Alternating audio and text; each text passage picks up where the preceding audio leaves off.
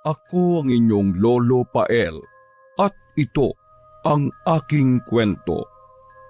Kabit na Mambabarang. Bago tayo magpatuloy, ang kwento natin ngayong araw na ito ay may mga salitang hindi naaangkop sa mga bata. Paalala lamang po. 3 taon ang patay madrasta ko. Marimar ang pangalan. Tapos, yung kinakapatid kong si Richard, patay na din. Magkasabay silang namatay. Masaklap ang sinapit nila. Basta, ayoko nang balikan. Ay grabe naman. Buti nandyan pa ang tatay mo, no? Oo, kaso mahina na rin eh. Pabalik-balik kami sa ospital. Ayoko na nga siyang alagaan eh. Ha? Bakit naman? Napapagod na din ako. Saka, hindi naman niya ako tinatratong parang tunay na anak eh. Tingin niya, anak pa din ako sa labas.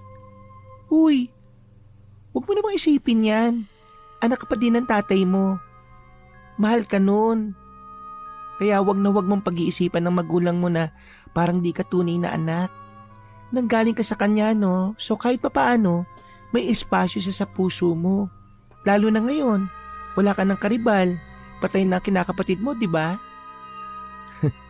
Salamat, Chloe ah. Sa gabing ito, kahit papaano naibsan yung nararamdaman kong guilt sa puso ko. Kaya mo, bukas na bukas din dadalawin ko si tatay. Walang anuman. Kasi nakaka-relate lang ako sa mga kwento mo, Richie. Bakit? Ang mama ko naman parang may iba ng lalaki. Bakit mo naman naisip yan? Kasi gabi na umuwi, 10 oras pa ng gabi. Alam mo yon? Siyempre, di mo naman maiwasang maisip na baka nanlalalaki ni nanay mo. Nasa naman ang tatay mo? Patay na. Yun naman pala di payagan mo ng malalaki nanay mo para naman sumaya-saya yung puso niya kahit papaano. Di ba? Loko, ayoko nga. Di pa ako ready magkaroon ng stepfather, no? Pero ready ka na magkaroon ng boyfriend. Ha? Nagtaas baba ang magkabilang kilay ni Richie. Tinungga niya ang natitirang laman ng bote ng alak. Nginitian niya si Chloe na nakatable niya sa bar. Hudyat yun upang maging agresibo ang binatilyo. Sinunggaban niya ng halikang dalagita. Ginantihan naman siya ni Chloe ng isang mapusok na halik. Hindi ito nagpatalo hanggat hindi nito nakukuha ang kanyang dila. Nilaro nila pareho ang dila sa loob ng kanilang bibig. Nagsalo silang dalawa sa kanya-kanyang laway. Hindi na nakapagpigil si Richie. Hinawakan na niya ang kabundukan ni Chloe. Pinisil-pisil niya yon. Bagya siyang itinulak ng dalagita. Nagtaka tuloy ang binatilyong nabitin sa romansahan nilang dalawa. Oh, what's the problem, Chloe? Richie, huwag dito. Ang dami nakakita. Hanap tayo ng room. Kainis ka naman, Chloe Nabitin ako. May AIDS ka ba? HIV? No, wala, Chloe. Kaya mo ba ako itinulak? Hindi natin sure Hindi ka pa ba nagpapatest? Chloe, wala ka matiwala sa akin? Sa mukha kong tunak cute na, pogi pa? Hindi mo pagkakatiwalaan? May tiwala naman ako sa iyo kaso gusto ko lang makasiguro, Richie. Chloe, just nothing to worry about. Just trust me. Di ba boyfriend mo naman ako? Hindi kaagad nakasagot ng dalagita sa tanong ni Richie. Pakiramdam nito parang lolokohin lamang siya nito. Nagbaba ng tingin si Chloe. Hawak-hawak ni Richie ang mga palad ng dalagita. Hinalikan pa niya yun ng may pagrespeto. Sobrang bilis lang kasi, Richie. It's just one night only. But for me, this is love at first sight, Chloe. Nagbe-beautiful eyes pa si Richie kay Chloe. Tila natamaan ang puso ng dalagita sa pagpupungay ng mga mata ng binatilyo. Hindi nito may pagkakaila na gwapo si Richie.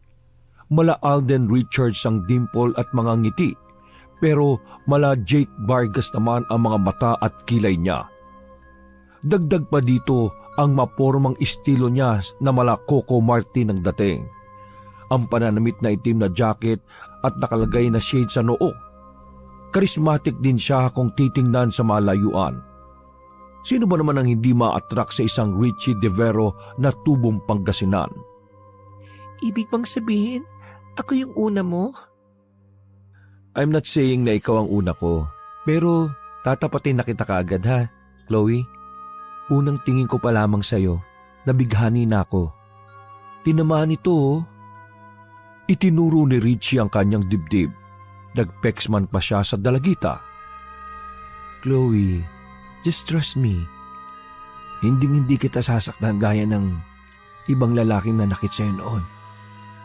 Malat ang boses ni Richie pero bagay na bagay ito sa buong pagkatao niya, lalo na sa kapugian nito. Timplado ang tinig niya na may kasamang maginoong pakiusap, dahilan upang makumbinsi si Chloe sa kanya. Umangat ang ulo ng dalagita.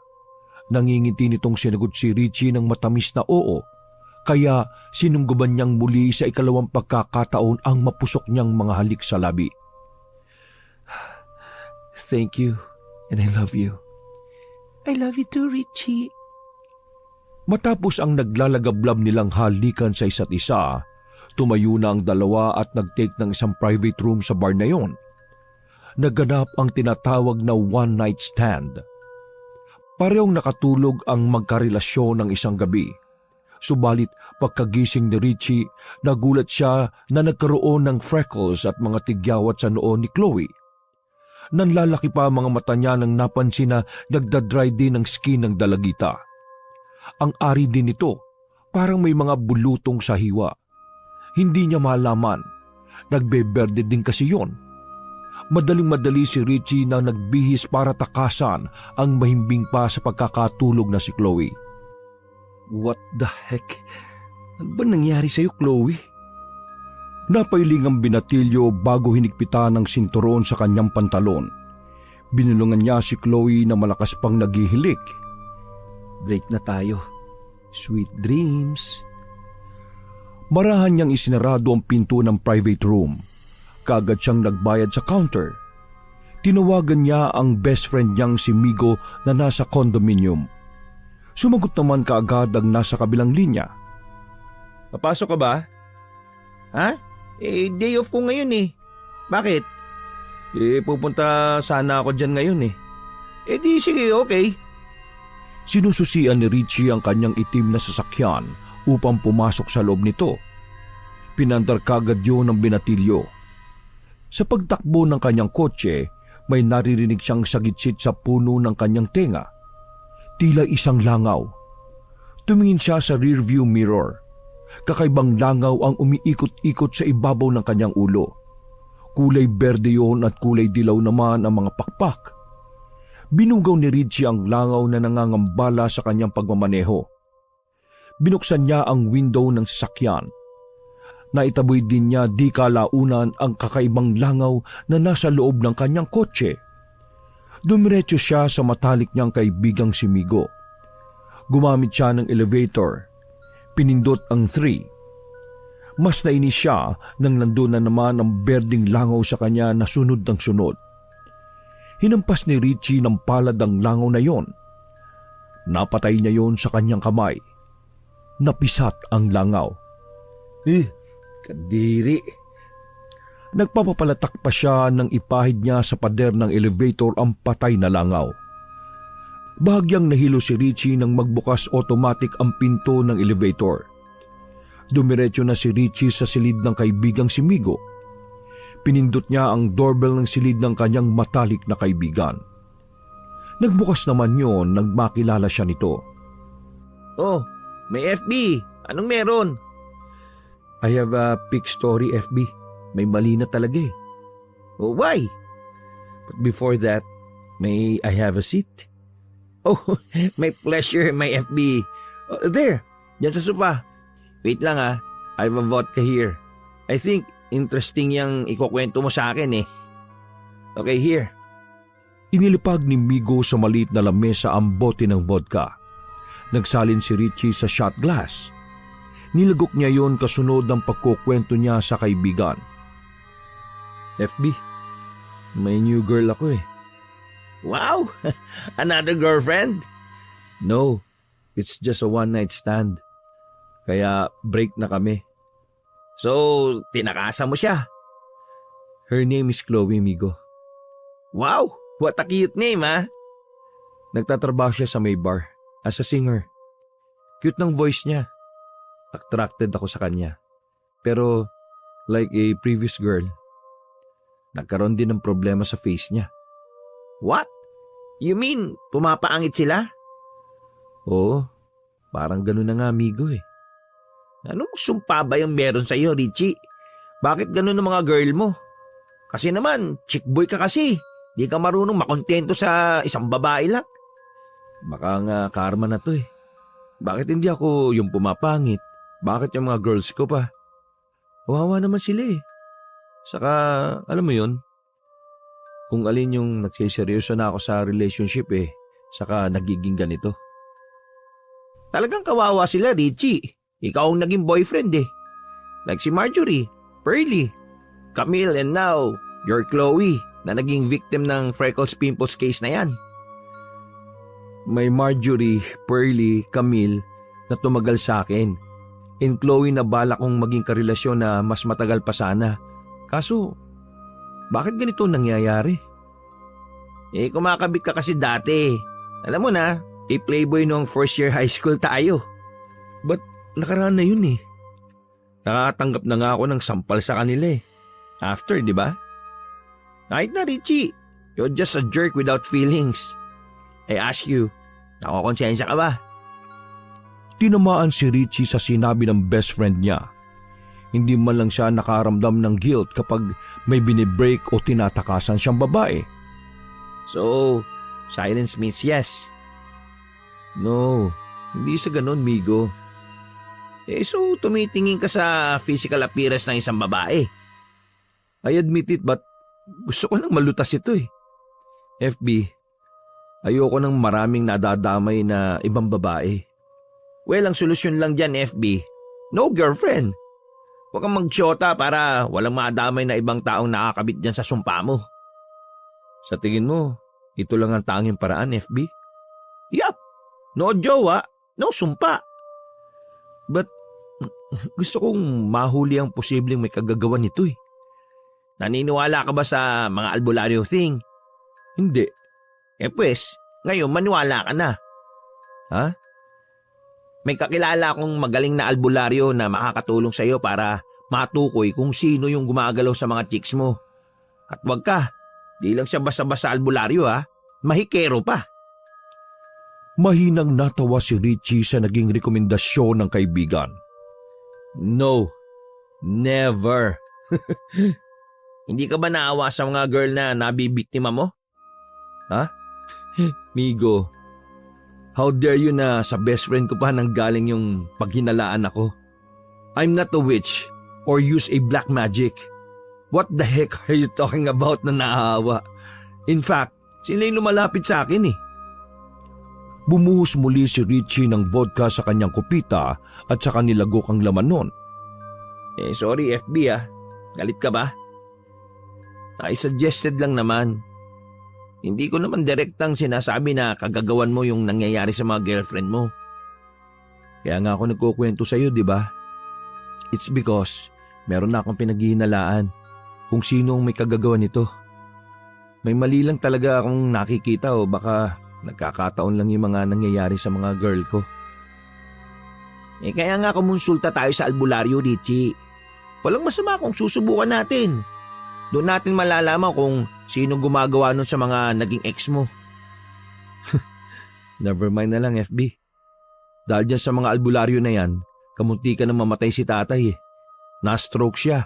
Hindi nailigtas si tatay ng panggagamot ng mga fake doctors na yan. Pero ibang albularyo to, FB. Dumayo tayo sa Tawi-Tawi. Diyan sa probinsyang yan, sinasabi ko sa'yo, magaling ang albularyong kilala ko. Wag na muna, FB. O sige na, I have to go. Pupuntahan ko si tatay sa ospital eh. Napabuntong hininga si Migo bago tunggain ang natitirang laman ng bote ng vodka. Wala na itong magawa para sa pride ng kaibigan. Alam din kasi nito ang nangyari sa kanyang ama kaya hinayaan na lamang nito. Pagkarating ni Richie sa ospital kung saan naka-admit ang kanyang ama, may sumasigit-sit na naman sa kanyang tenga. Animoy may sumusunod na namang insekto na di niya malaman kung langaw ba o bubuyog. Sa pagkakataong ito, itim na bubuyog naman. Binugbugaw niya yon subalit ayaw pa ding umalis ng pasaway na kulisap. Shoo! Shoo! Balis ka! Uy! Shoo! Sa pilit niyang pagtataboy at pag-iwas sa bubuyog, may nabunggo tuloy siyang babaeng nurse sa likuran niya. Nagdispensa naman ng babae gayon din siya bago madaling-madali na pumunta sa may ward. Ang ganda nun ah. Siguro kapag tinanggal niya yung mask, may hawig siya kay Catherine Bernardo. Ganda namang mata niya eh. Tipid na napangiti si Richie habang pinagmamasdan yung nurse palayo. Ibinalik niyang muli ang atensyon kung saan ang itim na bubuyog na sumusunod sa kanya. Bigla na lang yung nawala. Buti naman. Ang weird ah. Itinaas niya ang magkabilang kilikili at inamoy-amoy ang sarili. Mabango naman ako. Di pa naman ako amoy araw. Amoy aircon pa nga ako eh. Bakit kaya ako sinusundan ng mga insektong yun? Ay, di bali na nga. Pinuntahan na niya ang kwarto kung saan kasalukuyang nagpapagaling ang kanyang ama. Nasa harapan na si Richie ng nakasaradong pinto. Alangan pa siyang pumasok kaya sumagap muna siya ng hangin bago kinatok ang pinto ng sunod-sunod. Sino yan? Tay, si Richie po ito. Napangiwi ang binatilyo nang magpakilala siya sa kanyang ama. Para sa kanya, anak pa din siya sa labas. Anak siya mula sa kabit ng kanyang ama, kaya nahihiya siyang harapin ang may edad na lalaki at iniisip na para sa lalaki, isa lang siyang malaking kahihiyan dito. Sige, pasok ka. Hudyat yon upang pihitin ni Richie ang seradura. Malumanay itong nagsalita. Mahina ang boses dala ng sakit nitong stroke at wala pang tama sa pag-iisip. Mano po, tay? Bakit ngayon ka lang bumisita? Hindi kagad nakasagot si Richie. Batid niyang galit na ang kanyang ama at sa tono pa lang ng pananalita nito sa kanya. Nang babae ka na naman ano? Ayan o, amoy babae ka. Tay, amoy aircon lang po ako. Ayoko sa lahat, Richie, yung mga sinungaling ha. Hindi ako nagsisinungaling, tay. Alam mo naman yung workload ko. Masyadong mabigat. Workload? Ano bang trabaho mo? Trabaho mo ang kumarengking, di ba? Tay, ano ba? Nangiinsulto po ba kayo? Bakit? Totoo naman ah. Naitirik ni Richie ang kanyang mga mata. Okay, fine. Nambababay ako. So what? O di kita mo na. Yun ay dahil sa inyo. Hindi na din niya natimpi ang nararamdaman at ibinunto na niya ang sama ng loob sa ama.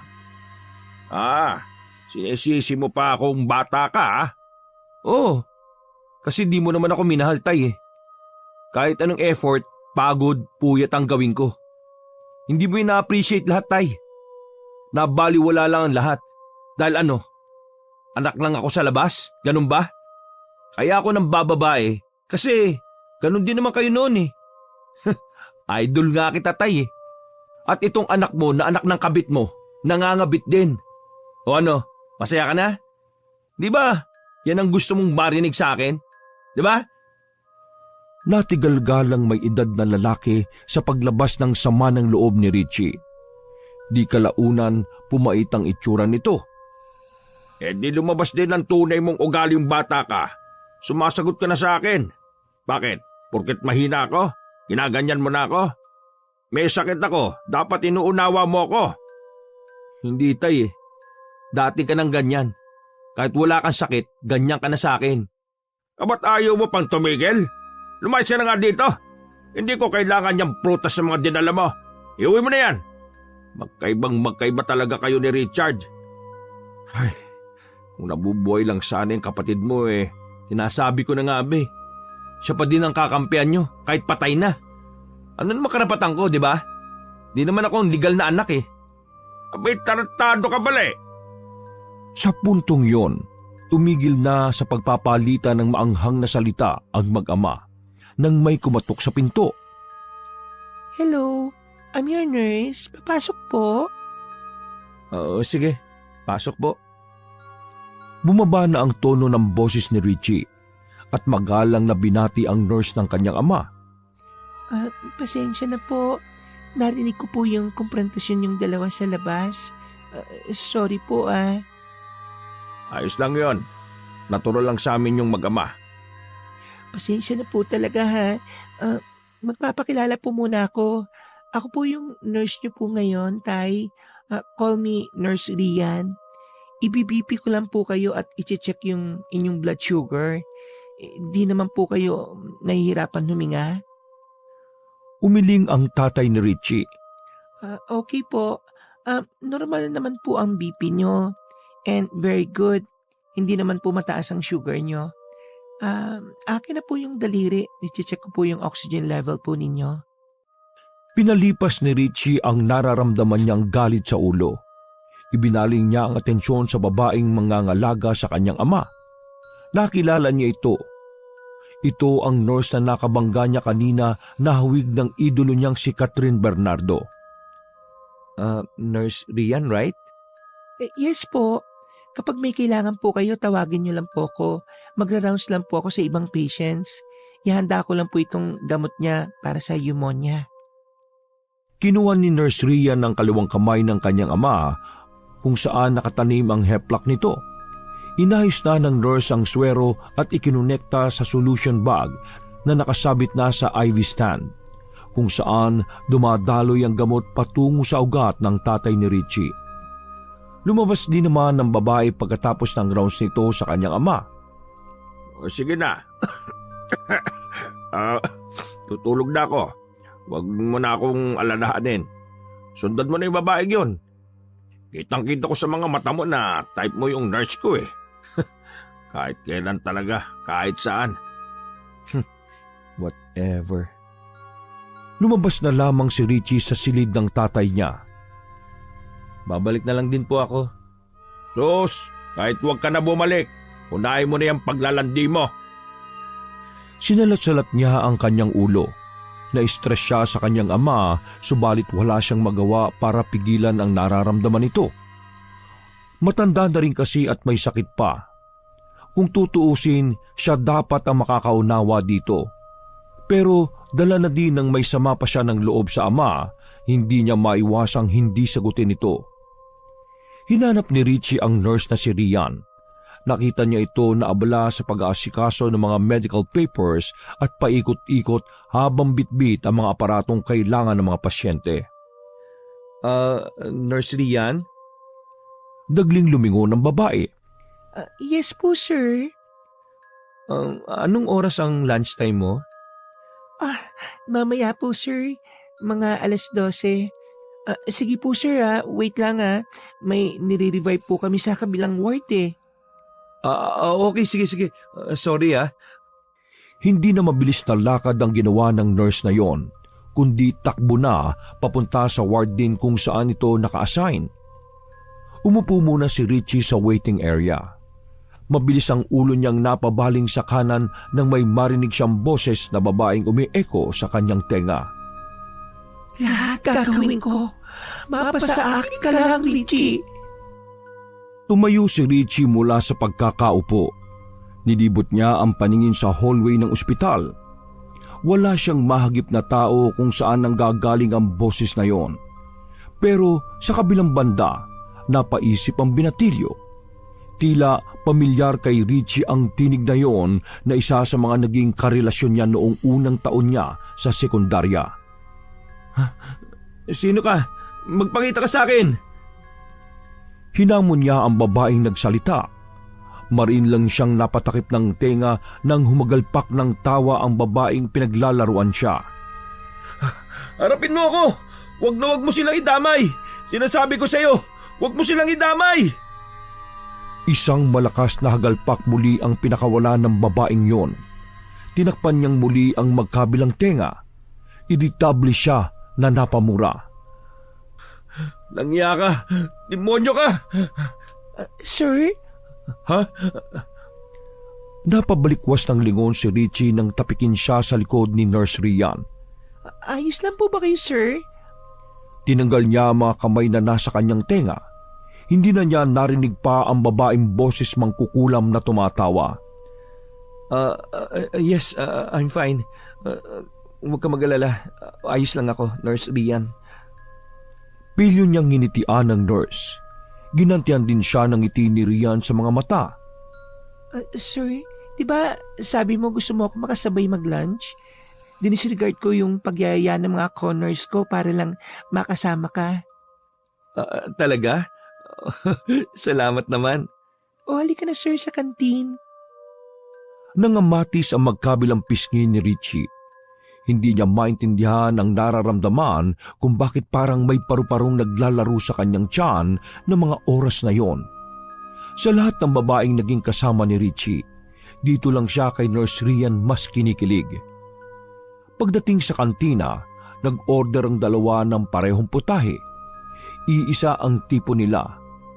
Walang iba yon kundi ang sisig. Magkaharap sila ni Richie at Rian habang kumakain. Naalis na ni Rian ang face mask at tama nga ang binatilyo. May pagkakahawig ang nurse na yon sa ex ni Daniel Padilla. Ilang taon ka na, nurse? Ma'am, kung hindi mo mamasamain. Eto naman, 2 years na akong nurse dito, no? Palagi akong na-assign sa General Hospital. Kagaya nito, halo-halo mga pasyente ang nakakahalubilo ko. Mostly, stroke and cancer patient ang napupunta sa akin. Ganun ba? Di ang bigat. Tapos, kasama pang hinahawakan ng tatay kong istrikto. Sumubo muna si Rian at nginuya ang kinakain bago muling nagsalita. Sir, one piece of advice lang ha. Don't get offended sa sasabihin ko. Alam mo, yung tatay mo, may nararamdaman na siya at di natin alam. Knock on wood, baka kunin na din siya ni Lord. Pagpasensyahan mo na lang siya. Kahit anong sabihin niya na masasakit na salita, ikaw na lang ang umunawa. Huwag mo nang sagutin kasi ganyan talaga ang may sakit eh. Hindi sila tumatanggap ng dahilan, kahit tama ang katwiran mo. Ang tanging iniisip lamang nila, syempre yung kanilang katawan, yung kanilang nararamdaman. Kaya sana, patawarin mo na kung ano man yung nagawang kasalanan sa iyo ng tatay mo. Kaunting araw na lang ang nalalabi niya dito sa mundo eh. Kaya sana, unawain mo na lang. Tahimik na nakikinig si Richie sa payo ni Rian. Maiyak-iyak siya sa sinasabi ng babaeng nurse. Napagtanto niyang kailangan na niyang kalimutan ang nakaraan nila ng kanyang ama. Kahit ano pa man ang mangyari, kahit na pagbali-balik na rin man ang mundo, ama pa rin din ito ni Richie. Thanks for the advice ha. Alam mo, salamat dahil nakilala kita. Masuyong hinawakan ni Richie ang kamay ni Nurse Rian. Nailang ang babae at kagad itong kumala sa pagkakahawak nito sa kanya. Bakit mo yung ginawa, sir? Nag-inhale at exhale si Richie. Kasi type kita, Nurse Rian. Dinirekta na niya ang babae. Nasamid naman si Rian sa biglaang pagtatapat ng binatilyo. Kinuha nito ang baso na naglalaman ng malamig na tubig saka ininom. Kamunti ka na akong mabilaukan dun, sir ah. Seryoso ka ba dyan? Bakit? Mukha ba ako nagbibiro? Sa gwapo kong ito? Sir, ang lamig na dito sa ospital. Huwag mo nang dagdagan yung hangin. Bakit? Hindi mo ba ako type? Mataginting na tumawa ang nurse. Pinunasan nito gamit ang tissue ang bibig nitong narumihan ng mantika ng sisig. Thanks for the treat, sir. Pero ayoko sa mga taong mayayabang eh. Nagilang subo lang si Nurse Rian bago tumayo. Sige na po, sir. Pabalik na po ako sa trabaho ko. Ira-rounds ko na rin po ang tatay nyo. Sandali, Nurse Rian. Pasensya na, masyado ba ako mabilis? Mapaklang ngumiti si Rian at saka siya sinagot ng nakakainsulto. Hindi, masyado ka lang mahangin. Alam mo, naiintindihan ko kung bakit ganyan sa'yo ang tatay mo. Kasi ganyan ang ugali mo. Masyado kang padalos-dalos. Ibinalik na ni Rian ang face mask nito sa bibig. Hinawakan naman agad ni Richie ang braso ng nurse. Wait, miss. Please, accept my apology. Ano ba sir, bitiwan mo ako. Magtatrabaho pa po ako. Hindi kita bibitiwan hanggat di mo ako pinapatawad. Pa! Ano yan? Guard! Ang sakit! Ang kati! Binitiwan ni Richie ang braso ni Nurse Rian. Nairita ang balat nito sa mga galis-galis mabilis na gumapang hanggang katawan ng nurse. Napaatras ang binatilyo. Nakagulo sa buong kantin nang makita si Nurse Rian na nababalutan ng galis sa buong katawan. Tulungan niyo ako! Tulong! Isa-isang dumalo ang mga medical staff upang respondihin ang kapwa nila nurse. Napatras ang binatilyo nang mahagip niyang muli ang itim na bubuyog na tiyak pumuntirya kay Nurse Rian at may kagagawan kung bakit ito nagkagalis-galis. Narinig muli ni Richie ang boses na yung kanina. Wala makakasakit sa iyo, Richie. Wala makakalapit sa iyo kahit sinong babae. Sisiguraduhin kong akin ang huling halakhak, Richie. Tandaan mo yan. Mapapasa akin ka. Akin! Ilang subok na nang tumawag si Richie sa kanyang FB. Walang sumasagot. Pakiramdam niya nakapatay na ang phone nito. Pinuntahan na lang niya ang kondominium ng kaibigan. Sa pagkakataong ito, magpapatulong na siya sa albularyong inirekomenda sa kanya. Pagkarating ni Richie sa kondo ni Migo, dumiretso siya kaagad sa kwarto ng binatilyo. Pinagbuksan naman siya kaagad ng tao sa loob pagka-doorbell niya. Migo, kailangan ko na ng tulong. Natigalgal si Richie nang madatnang niyang nakahiga sa kama si Migo. Balot na balot ito ng kumot. Sinusunan pa nito ng isa pang makapal na tela ang buong katawan nito hanggang ulo. FB, bakit ka nagtatalokbong? Walang narinig na tugon si Richie mula kay Migo. Ang ginawa niya, tinanggal niya ang kumot ng kaibigan. Ramdam niya ang tindi ng pangangatog ni Migo. Para na ring tumigas na yelo ang dalawang binti nito na nilagay sa ref. Dahil tuwid na tuwid ito. Sinalat ni Richie ang leeg ni Migo. Malakas na napaaray ang binatilyo nang dumampi ang kamay niya sa leeg nito. Para siyang humawak sa kumukulong takuri na nakasalang pa sa nag-aapoy na kalan. FB, anong nangyari sa'yo? Sininghot ni Migo ang nahulog na berding sipon sa ilong. Namatanda yata ako, FB. May pumukol sa isip ni Richie na maaring dahilan kung bakit nagkasakit ang FB niyang si Migo. Hindi ka na matanda, Migo. Kinulam ka, kaya kailangan mo akong tulungan, Migo. Gusto ko malaman kung sino kumukulam sa inyo. Lahat pinagsisilosan niya. Silosa yata ang kumukulam sa amin. Pati ako, napagdiskitaan. Kaya nga tulungan mo ako. Pasensya na, Richie. FB, kung hindi ako makakasama sa iyo ngayon, ha? Etong direksyon, kung saan mo mahanap yung albularyong tinutukoy ko sa iyo. Idinitalya ni Migo sa binatilyo kung saan siya dadaan upang mahanap ang bahay ng magaling na albularyo kuno ayon dito. Naintindihan mo, FB? Malinaw ba? Salamat. Susundin ko yung sinabi mo. Huwag ka mag-alala, Migo. Pinapangako ko sa inyo mga naging biktima ng babaeng yon. Nagagaling kayo. Wala nang inaksayang panahon si Richie. Sumibat na siya sa may kondo. Binyahin na niya ang probinsya ng Tawi-Tawi. Malaki man ang gastos, malakas sa gas. Hindi niya yun inintindi. Ang tanging nasa isip lamang niya ang gumaling ang mga naging biktima ng mga kumulam sa kanyang naging babait matalik na kaibigan. Tumawid pa ang kotse ni Richie sa palayan. pilapil, matarik at saka maputik na daan. Naflatan pa siya ng gulong subalit narisolba ng may mabait na magsasaka ang tumulong sa kanyang kotse na isa din palang nangungumpuni ng sasakyan. Itinuro sa kanya na magsasakang yon ang bahay ni Kapaeng. Diyan ang bahay niya. Tawagin mo lang na Kapaeng. Lalabas siya kagad para tugunan ng problema mo. Maraming salamat po ulit sa tulong niyo ha. Napalitan niyo kagad yung gulong ng kotse ko. Ito po ang bayad oh. Ay, wag na iho. Ibulsa mo na lang yan at gamitin mo sa masigit na nangangailangan. O sige na, uwi na ako ha. Bukas marami akong aanihing palay. O sige po, mag-ingat po kayo sa pag-uwi niyo. Ingat ka din sa kanya. Ho? Kanino po? Sa pupuntahan mo, sa pakay mo.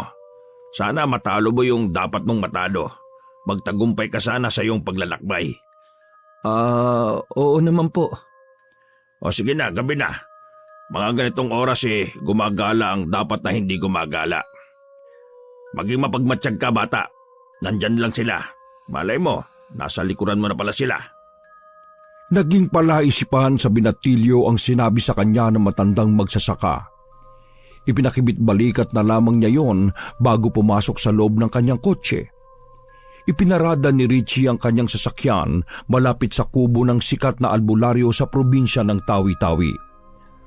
Madilim na sa puntong yon, kaya ninenerbiyos ang binatilyo sa ambiance ng paligid. Lalo na di niya kabisado ang probinsyang yon. Nakakarinig na din siya ng panakanakang huni ng tuko na nagpapatindig sa kanyang buhok na nakatanim sa kanyang katawan. Nilangap na lamang ni Richie ang mapreskong hangin ng probinsya. Tumingala ang binatilyo. Bilog na bilog ang puting buwan. Mahamog na din ang bahaging yon. Maingat siyang naglakad sa harap ng kubo.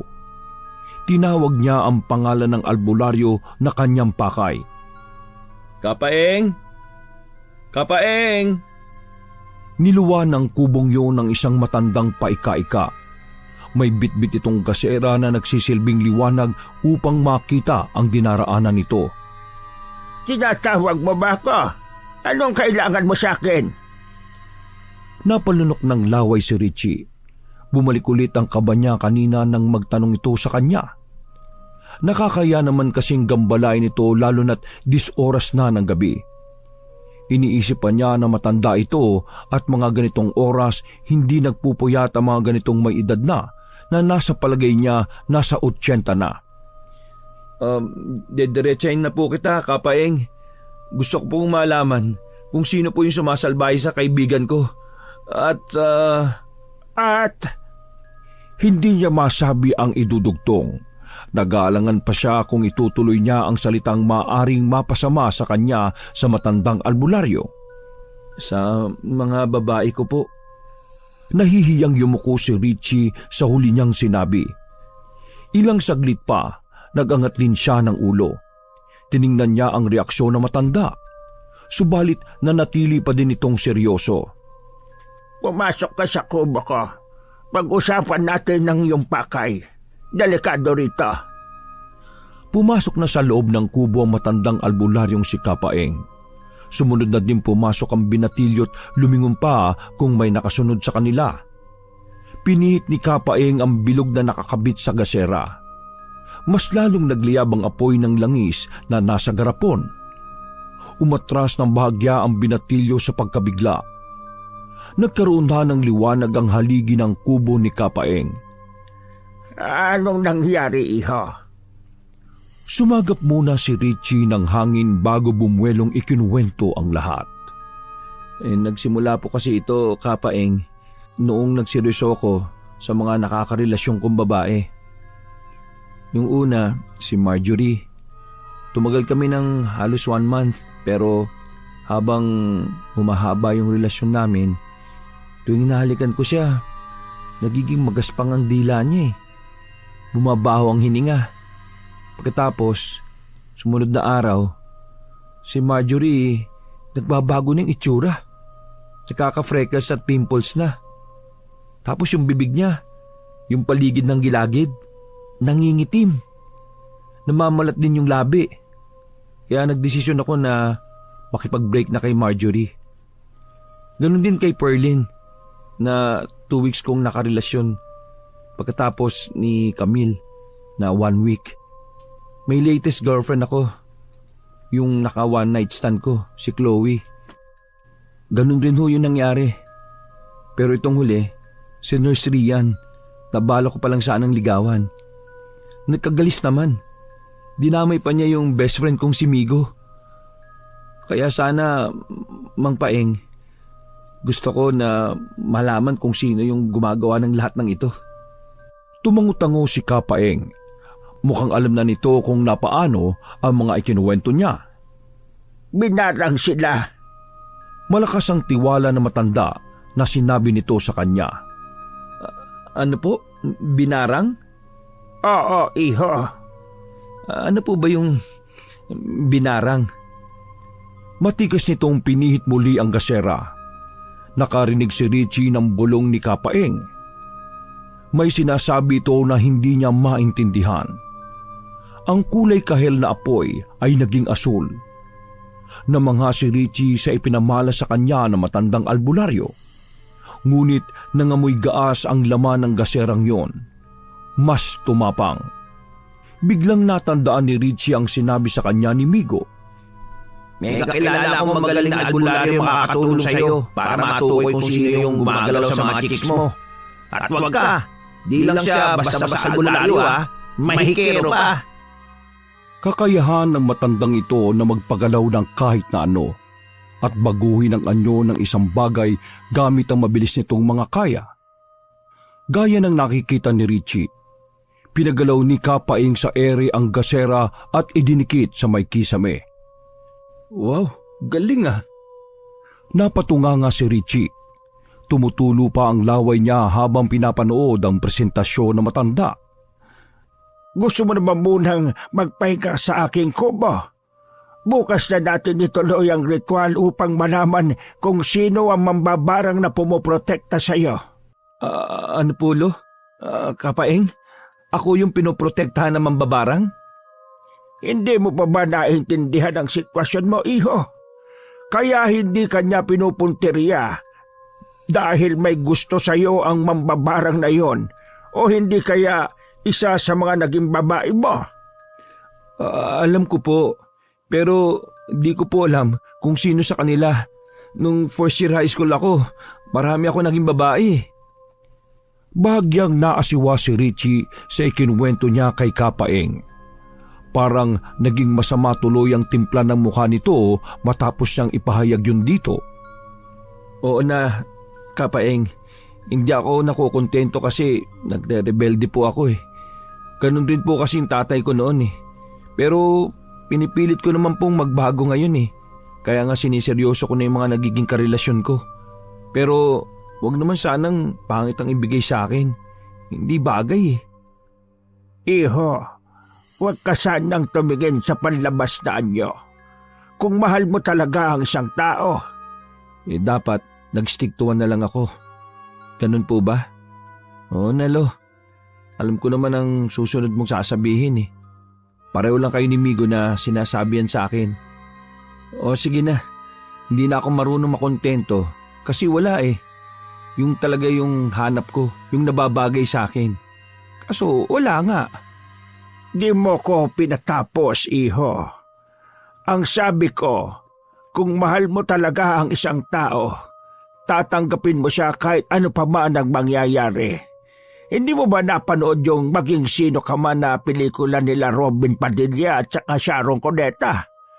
Panoorin mo yon para maintindihan mo na ang pag-ibig ay hindi tumitingin sa panlabas na anyo, kundi nadarama ng iyong puso. Kapaing naman, masyado ka nang kumukorni ah. Hindi ako naparito para sa advice mo. Nandito ako para malaman kung sino yung mambabarang na pumuprotekta sa akin. Hindi ko kailangan yung eksplanasyon mo, no? O love advice. Okay? Kayo mag-alala, babayaran ko kayo. Matapos lang talaga ito. Kasi talagang iniisip ko yung nangyayari sa kanila. Pumulatak si Kapaeng. Sige, iho. pwede ka nang matulog dito. Anumang oras o kahit sa kotse mo, bukas natin ituloy itong ritual. Mas malakas ang kapangyarihan ko tuwing umaga. Mas makikita mo din ang mukha ng sumasalbahe sa mga taong nagmamahal sa iyo. Nakakaintindihan ba tayo? Opo, Kapaeng. O sige na, magpahinga ka na. At ang haba pa yata ng binyahe mo. Isa ka nga pala umuwi. Sa Las Piñas po ako dati, pero umuwi po ako dito lang sa May Norte, dito sa amin. Mahaba nga. Mabuti makabawi ka muna ng tulog. Sige po, salamat po Kapaeng. Doon na lang po ako sa kotse ko. Hindi po kasi ako komportable dito eh. Kahit saan mo gustuhin, matuto ka lang maghintay sa akin. Katatapos ko lang kasi kaninang gamutin ang mga nasa kabilang baryo. Bukas marami ulit akong gagamutin na nangangailangan ng tulong ko. Lumabas na si Richie sa kubo ng matandang albularyo. Dumiretso na siya sa kanyang kotse.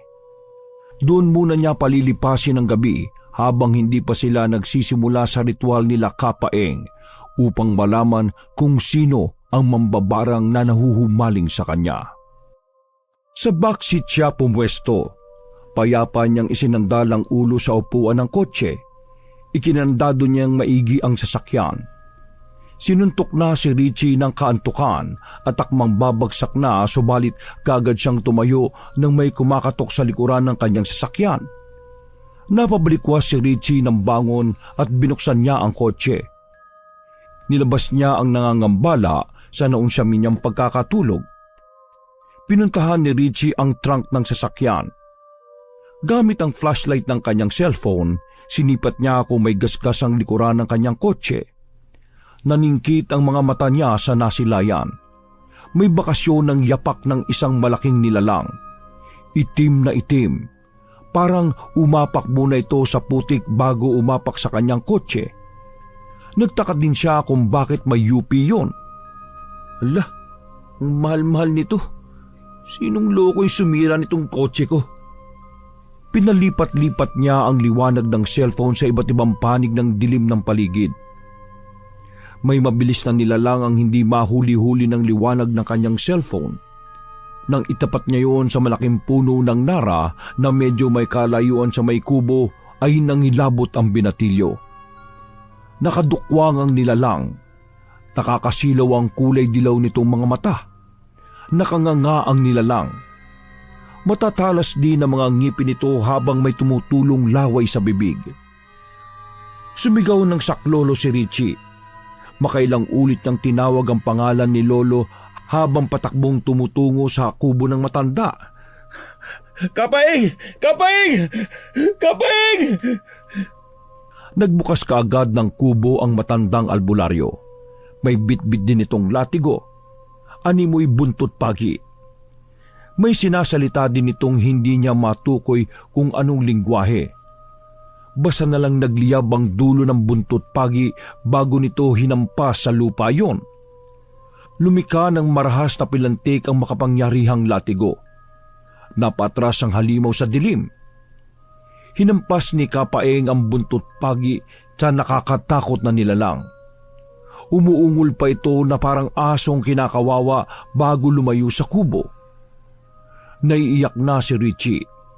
Akala niya katapusan na niya ng mga sandaling yon.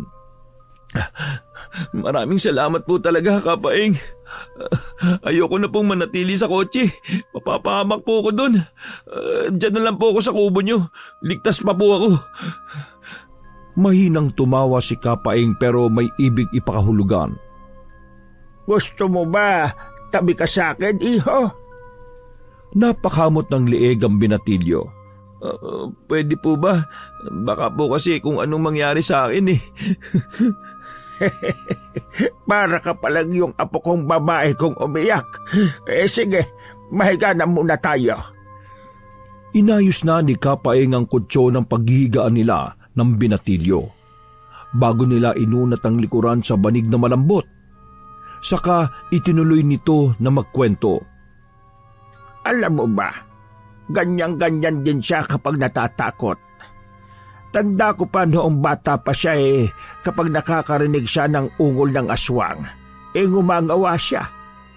Nabubulabog tuloy ang mga nilalang na hindi na dapat magambala ng ganitong oras. May apo pala po kayo, Kapaeng? Oo, isa lang ang anak ko, lalaki. Parehong namatay ang mga magulang ng apo kong si Kare sa isang aksidente. Ang saklap naman po nun, Kapaeng. Bukas, ipapakilala ko sa iyo si Kare. Siya ang apprentice ko para maging epektibo ang panggagamot ko bilang albularyo. Nagmana po pala sa inyo yung apo nyo, Kapaeng. Gustong sumunod sa yapak ko. Gusto din niyang maging magaling na albularya dahil babae siya kagaya ko. Alam niyo po ba, Lo, dati hindi po ako naniniwala sa albularyo. Mas lalo lang akong nawalan ng tiwala sa kanila nung kamuntikan nang mamatay yung tatay ko dahil sa isang pangyayaring kailanman hindi ko makakalimutan. Bata pa po ako nun, Lo.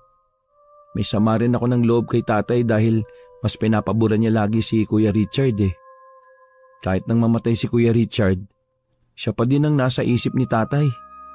Kasi para sa kanya, patapon lang ako Wala akong kwenta.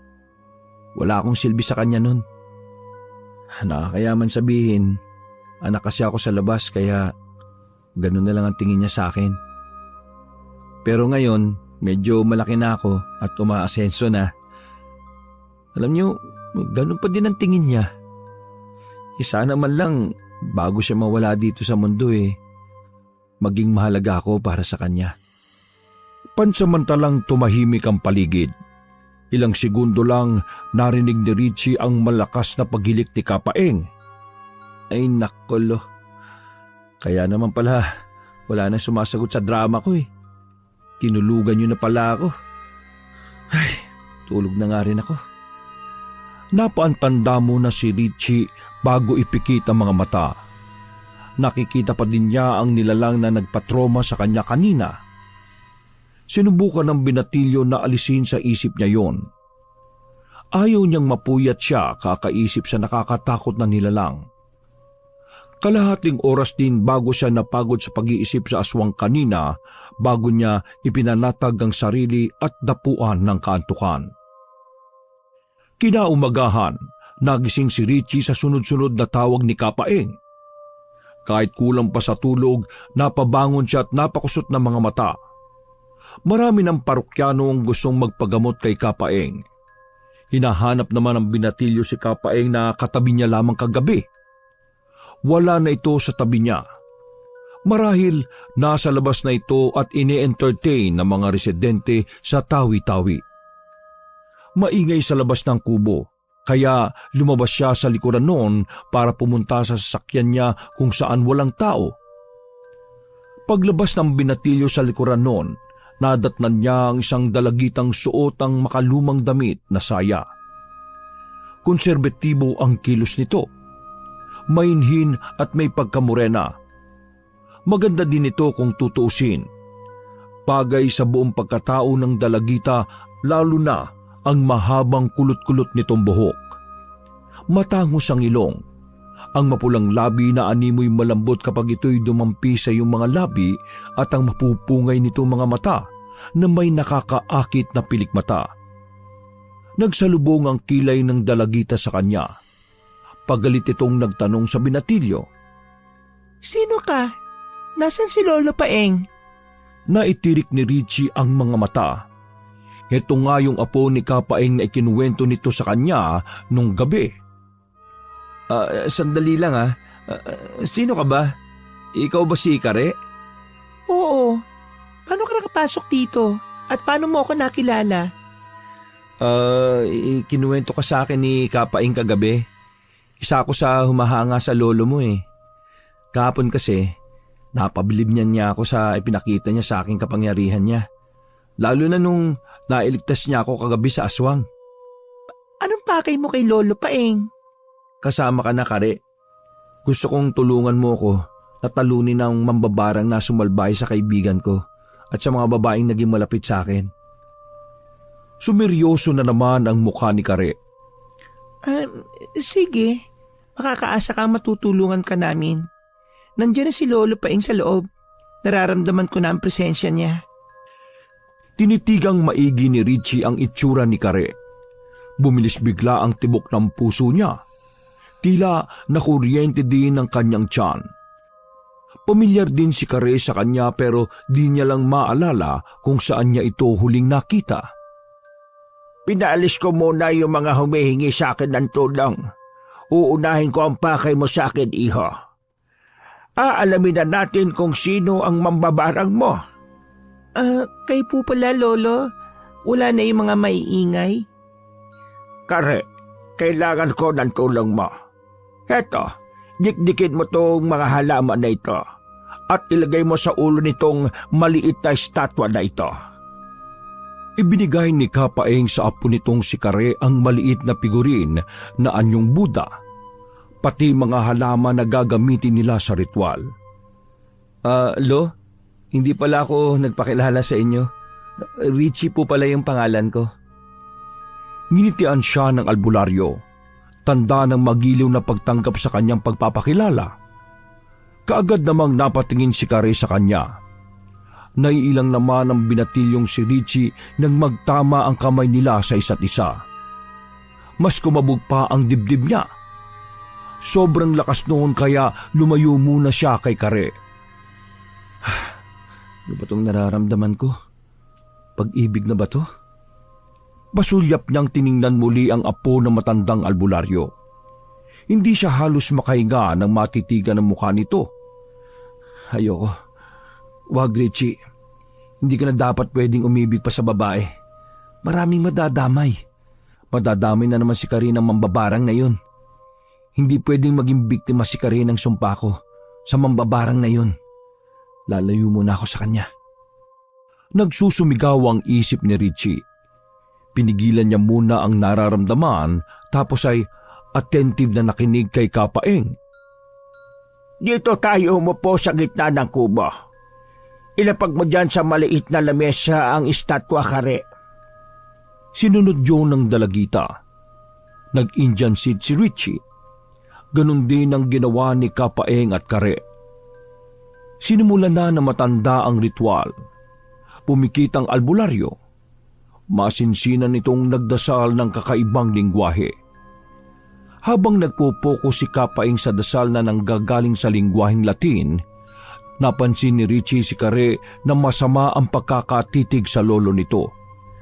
Napakunot ang binatilyo ng noo na bumubuka din ito ng bibig, para ring may sinasabing kung anong lingwahe. Palakas ng palakas ang boses ni Kapaeng. Mas tumindi ang ihip ng hangin sa loob ng kubo. Napamulagat ng mata si Richie nang sumisigaw sa sakit ang dakilang albularyo. Nagkaroon ng sugat sa braso ang matanda. Nagmistulang hiwa. Kaagad na napadilit ng mata si Kapaeng. Kasunod din nito ang pag-aray din ni Kare. Nagkaroon din ito ng hiwa pero sa liig naman. Masyadong malakas ang mambabarang na sumusunod sa iyo, iho. Sa ngayon, hindi ko siya kaya. Tinutulungan ko na din si Lolo Paeng na matalo ang mambabarang mo. Marami siyang alagang makapangyarihan, mga insektong kinokontrol niya. Kapag itinuloy namin ito kay Lolo, mamamatay kami sigurado. Kaya Richie, ikaw lang ang makakatalo sa kanya. Ano? Ako? Naguguluhang tumingin si Richie sa matandang albularyo sa inihayag ni Kare. Tama ang apo ko. Ikaw ang kumausap sa mambabarang na iyon. Pakiusapan mo siya na itigil na niya ang ginagawang pambabarang sa malalapit mo sa buhay. Sa mga naging babae mo at sa kaibigan mo. Ihanda mo ang sarili mo, Richie. Panigurado may hihingin siyang kondisyon sa iyo. Maagap na tumanggi ang binatilyo. Hindi ako papayag na ialay ko ang sarili ko sa kanya. Nakakatiyak ako na ako ang pakay niya. Aangkinin niya ako ng buong buo. Tumayo si Richie mula sa pagkaka-Indian seat. Sumunod ding tumayo ang maglolo. Uwi na lang ako sa amin. Pero paano gagaling ang kaibigan mo? Hindi bali na lang. May dinukot na 10 asul na perang papel ang binatilyo sa kanyang bulsa. Pagdamutan niyo na po ito. Lo, Kare, pasensya na kayo dyan ha. Salamat sa oras yung dalawa. Pasensya na po sa abala. Nilungon pa ni Richie si Kare. Sinapo niya ang dibdib. May naguudyok sa kanyang lapitan ito ngunit taliwas sa isip niya na hindi pwede. Baka ito naman ang mapagdiskitahan ng mambabarang. Uuwi muna siya para makalayo at di na madamay pa ang dalawa.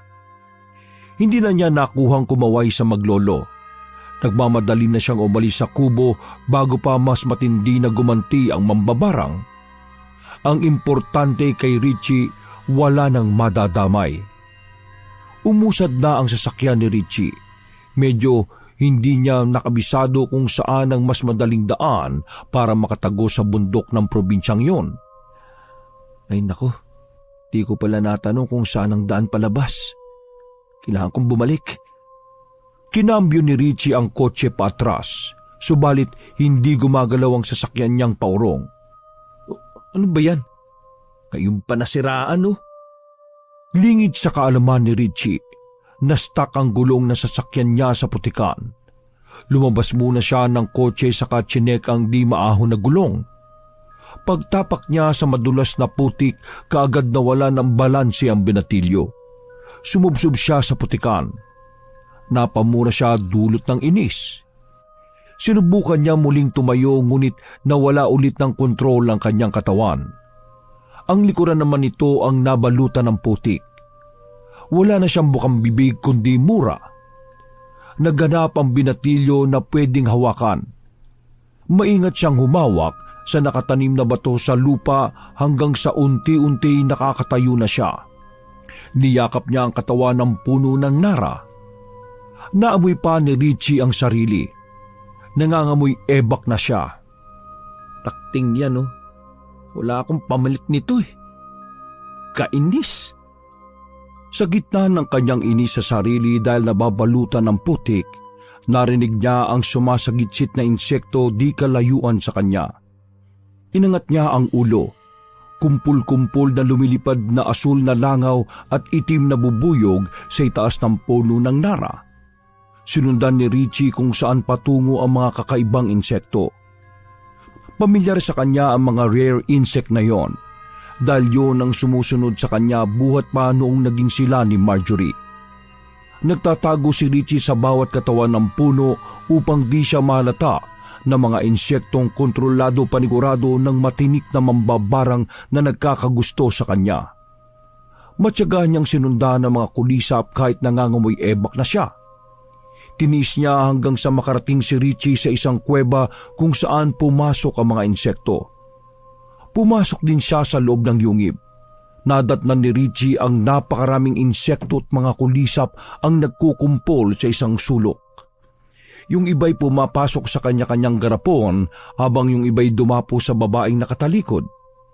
Hindi niyo na siya nasundan? Bakit? Bakit dinayaan niyo siyang makaalis? Baka kung saan magpunta si Richie ko. Ayoko mawala siya. Baka hindi na siya mapasa akin. Pamilyar kay Richie ang konserbatibong kasuotan na yon. Ang mahabat kulot-kulot nitong buhok at ang morena nitong balat. Hindi niya makumbinsi ang sarili. Hindi siya makapaniwala na ang mambabarang na nang-i-stalk sa kanya ay walang iba kundi ang apo ng matandang albularyo na si Kapaeng. Kare? Tumalikod ang babaeng may bitbit ng boteng naglalaman ng mga makapangyarihang kulisap.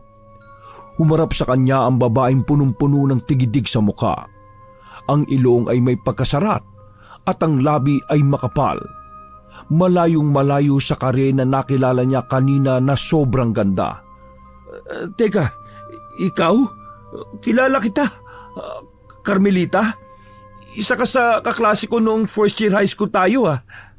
At isa sa naging kabit mo. Si Kare o Carmelita na ang nagdugtong sa susunod na sasabihin ng binatilyo. Ang babaeng pinaas at iniwan mo. Sinaktan, ginago, pinaglaruan. Oo, ako ito si Carmelita. Si Kare, ang babaeng kinalimutan mo dahil hindi ka makontento sa isa. Natamemi si Richie sa emosyonal na isinuwalat sa kanya ni Carmelita. Mangiyak-ngiyak ito habang ipinapahayag kung gaano ito naging bigo sa pag-ibig dahil sa pisikal nitong anyo. Heto talaga ang totoo kong mukha, Richie.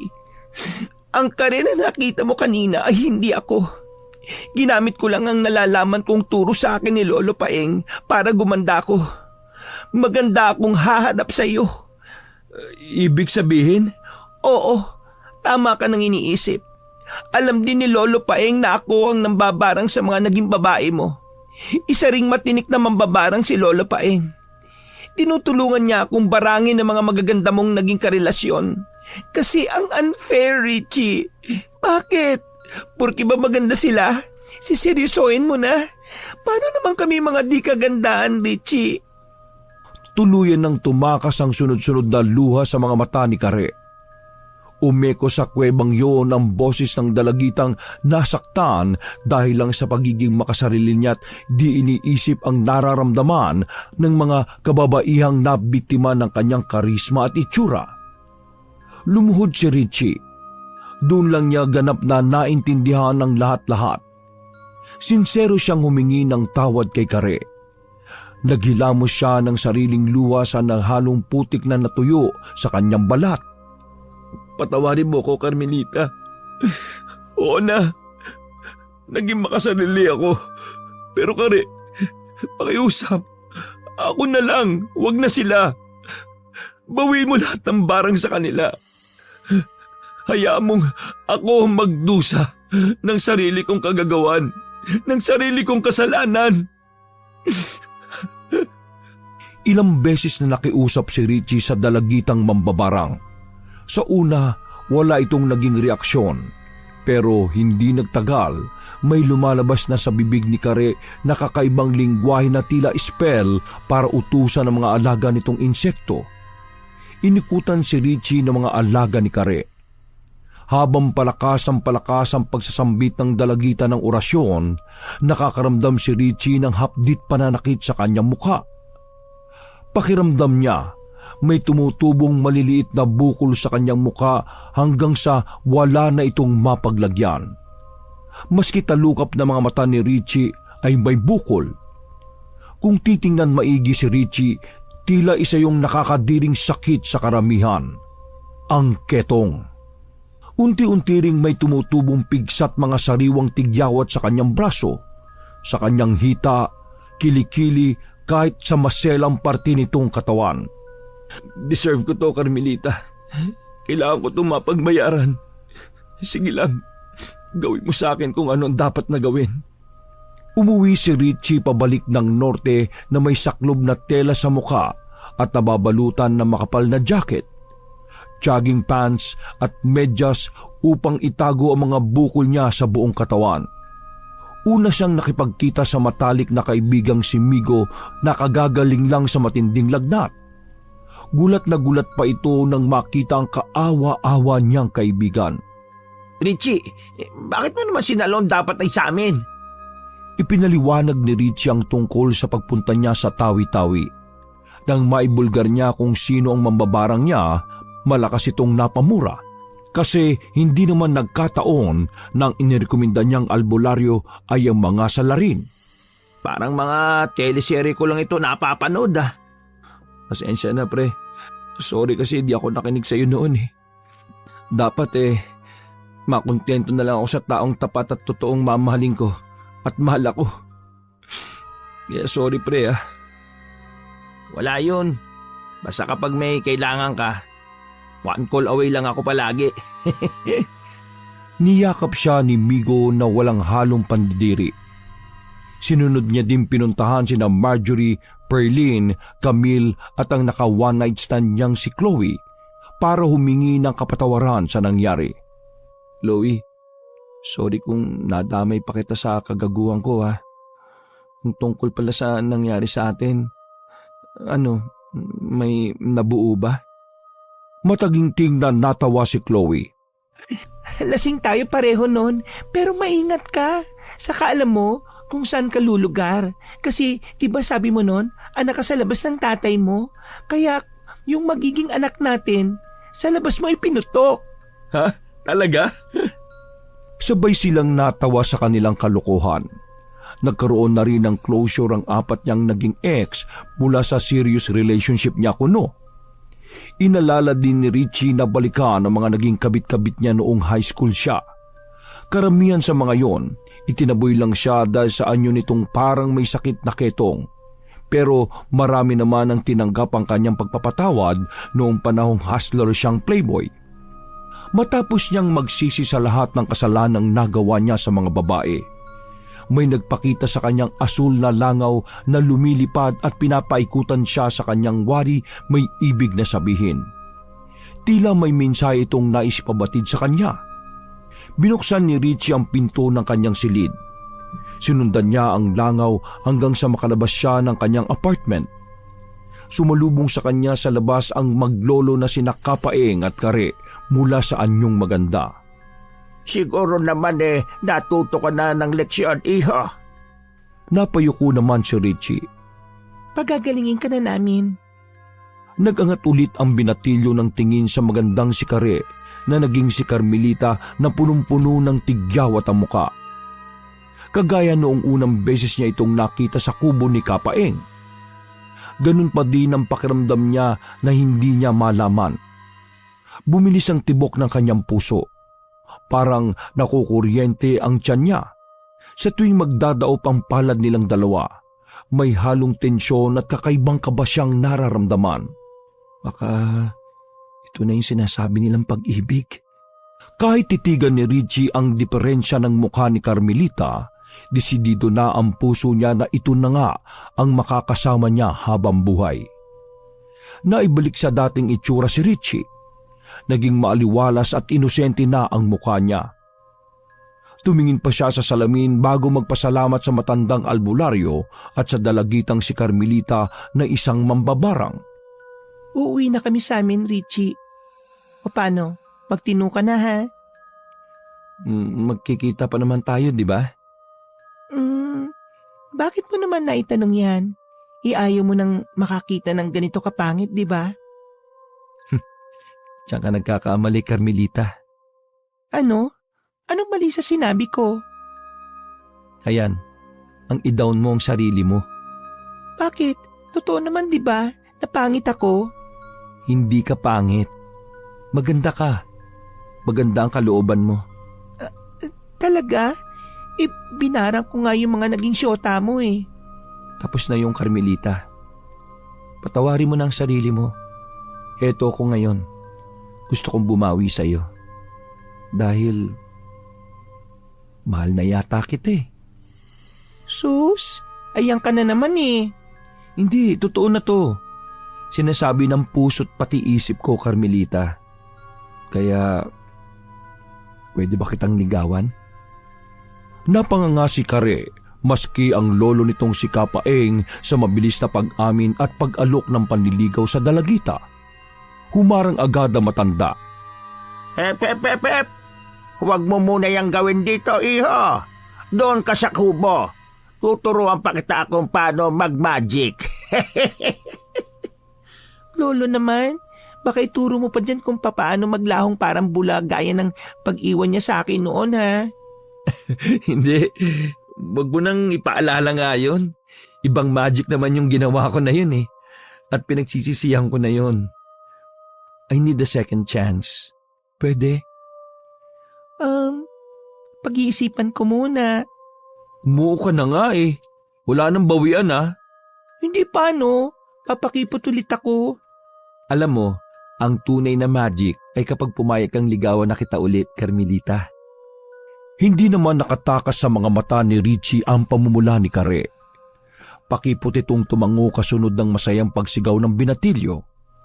Pursigidong nanligaw si Richie kay Carmelita sa probinsya nito sa Tawi-Tawi. Gayong may kalayuan, nagtiyaga siya't nagpabalik-balik sa kubo hanggang sa makuha niya ang matamis na oo ng dalagita.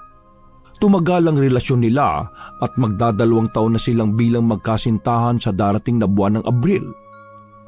kasabay ng masayang puso ni Richie at Kare ang unti-unti namang paggaling ng tatay niya sa sakit na stroke. Nag-undergo ang therapy ng ama niya paunti-unti. Nakakalakad din ito mula sa wheelchair, gayong dinadalahit pa din ito ng ubo mula sa sakit na pneumonia. Minsan, dinadalaw ni Richie ang kanyang ama kasama si Carmelita. Tumaas ang kilay ng may edad na lalaki nang ipakilala ng binatilyo na nobya niya ay isang anak ng albularyo. Nang iinsulto pa itong nagsabi sa kanya na maghanap siya ng maayos-ayos na makakapareha. Hindi yung galing pa sa ninuno na kinakasangkapan ng mga jablo. Ipinagtanggol niya kaagad si Carmelita na ngayon ay mangyak-ngyak na. Kung ano-ano na kasing pamimintas ang lumalabas sa bibig ng ama na tsak dumadaing na naman sa sakit. Ang dami-dami mong naging babae pero diyan ka lang din pala sa pangit babagsak. Yan na ba ang pinagmamalaki mo sa akin? Tay, mahal ko si Kare. Ito yung nararamdaman ko. Ang tinatawag na true love. Ito na yun. Tay, nararamdaman ko sa sarili ko na siya na talagang babae para sa akin. Kahit anong sabihin ng iba, kahit anong sabihin nyo, mahal ko si Kare. At habang tumatagal, mas lumalalim ang pagmamahal ko sa kanya dahil sa pagiging busilak ng puso niya sa iba. Sa pagtitiis niya sa pangusga, pangalipusta at pintas niyo sa kanya. At habang ako'y nabubuhay, mas patuloy ko siyang mamahalin at ipagmamalaki dahil mahal ko siya. Maigpit na hinawakan ni Richie ang kamay ni Carmelita. Pasulyap niyang tiningnan ng dalagita na pinapalis na ang nangingilid nitong luha. Pinalakas niya ang loob nito upang hindi magpaapekto sa sinasabi ng kanyang amang inaatake na naman ng karamdaman. Sos, hanggang salita mo lang yan. Hindi rin kayo magtatagal. Sa mukha ba naman yan eh? Nagpantig na ang tenga ni Carmelita. Narinig ni Richie ang pag-usal ng kanyang nobya. Sabay dukot sa bulsa ng duster nito ng maliit na botelya. Nakakarinig na naman ng maingay na pagsagitsit ng mga insekto si Richie. Mas piniga pa ng binatilyo ang pagkakahawak sa kamay ni Carmelita.